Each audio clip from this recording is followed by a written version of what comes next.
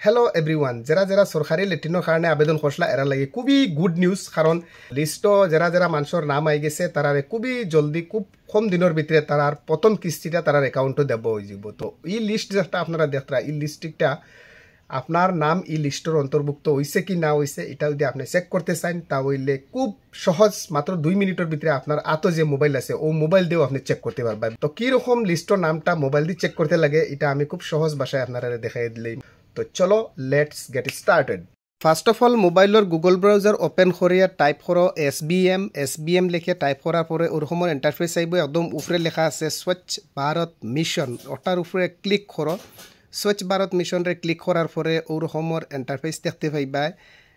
এরপরে কিতা করতে লাগবো একদম তলে দি স্ক্রল ডাউন করিয়া যাও, স্ক্রল ডাউন করি তলে দি যাবার পরে দেখতে পাইবা ওরকমের ইন্টারফেস আইব। তো ওই ইন্টারফেসে দেখার পরে দেখো ইনো লেখা আছে নো ইয়োর স্বচ্ছ ভারত ডাটা। তো ওটার উপরে ক্লিক করা লাগবো, একদম উপরে যাটা ওটার উপরে ক্লিক করলাই। এরপরে এরকমের ইন্টারফেস দেখতে পাইবা। এবার উপরে লেফট সাইডের কর্নারে দেখতে পারবা 3 ডট ওটা ক্লিক করলাই। 3 ডট ক্লিক করার পরে দেখতে পারবা তলে লেখা আছে ড্যাশবোর্ড, ওগুলো ক্লিক করবা।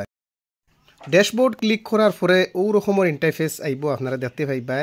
ও যে 3 ডট অর্থাৎ ক্লিক করিয়া দেখবা ইয়া তলে ইয়া ভিলেজ প্রোগ্রেস রিপোর্ট। ও ভিলেজ প্রোগ্রেস রিপোর্ট ওগুলো ক্লিক করার পরে দেখো স্টেট সিলেক্ট করবার লাগি দিছে। স্টেট আমার স্টেট হলো আসাম, আমি আসাম সিলেক্ট করছি। এরপরে আছে ডিস্ট্রিক্টও ক্লিক করার পরে আমি সিলেক্ট করছি। আমার যেহেতু ডিস্ট্রিক্ট হুজাই গতিকে আমি হুজাই ডিস্ট্রিক্ট করবো, যার যেটা ডিস্ট্রিক্ট আছে সিলেক্ট করিও।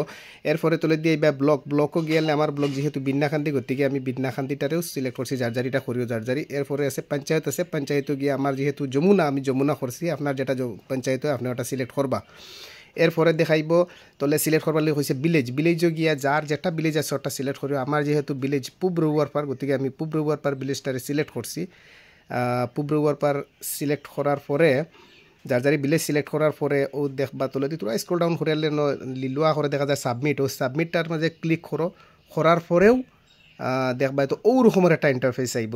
তো ইলা ইন্টারফেস আবার বাদে আপনি কেন কিছু বুঝতে পারবেন না, আপনি কিতা করতে লাগবে তলে দিয়ে স্ক্রল ডাউন করিয়াও বেসরি তলে দিয়ে স্ক্রল ডাউন করিয়া আবার পরে দেখতে পাইবা IHHL ফেজ 1 IHHL ফেজ 2।